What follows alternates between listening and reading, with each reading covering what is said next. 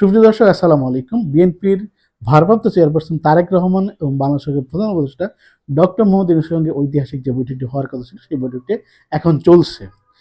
বৈঠকের শুরুতেই যে হোটেলে উঠেছেন, ওই হোটেলে তারেক রহমান নিজে একটা রেঞ্জ রোভার, ব্রিটিশ একটা গাড়ি, সেই এসইউ, সেই গাড়িটি নিজে চালিয়ে সেই হোটেল লবিতে অবস্থান করেন। তারপর জাতীয় নিরাপত্তা উপদেষ্টা ডক্টর খলিলুর রহমান এবং আমাদের প্রেস সেক্রেটারি শফিকুল আলম, এরা দুইজন তারেক রহমানকে স্বাগত জানান এবং হোটেলের মধ্যে দিয়ে ডক্টর খলিলুর রহমান এবং তারেক রহমান একসঙ্গে হেঁটে ডক্টর ইউনূসের যে রুমে বৈঠকটি হবে সেই রুমে পৌঁছে যান এবং ডক্টর ইউনূস রুম থেকে বের হয়ে এসে তারেক রহমানকে হাত ধরে ভিতরে নিয়ে যান এবং তারা দুইজন, এই দুই নেতা সুন্দর হৃদ্যতাপূর্ণ পরিবেশে বৈঠকটি শুরু করেন। শুরুতেই তারেক রহমান দেশনেত্রী বেগম খালেদা জিয়ার পক্ষ থেকে তার সালাম এবং শুভেচ্ছা পৌঁছে দেন ডক্টর ইউনূসকে।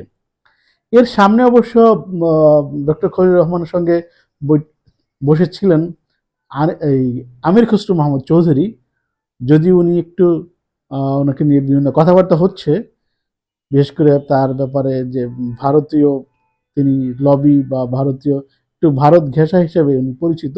উনি কিন্তু এই বৈঠকের ঠিক ওয়ান টু ওয়ান বৈঠক, বাট সামনে বেশ দূরত্ব বজায় রেখে আমির খসরু মাহমুদ চৌধুরী এবং আমাদের জাতীয় নিরাপত্তা উপদেষ্টা খলিলুর রহমান, তারা দুইজন একসঙ্গে বসে আছেন বা অবজার্ভ করতেছেন। এই হলো বৈঠকের সর্বশেষ খবর। ভালো থাকবেন আপনারা সবাই।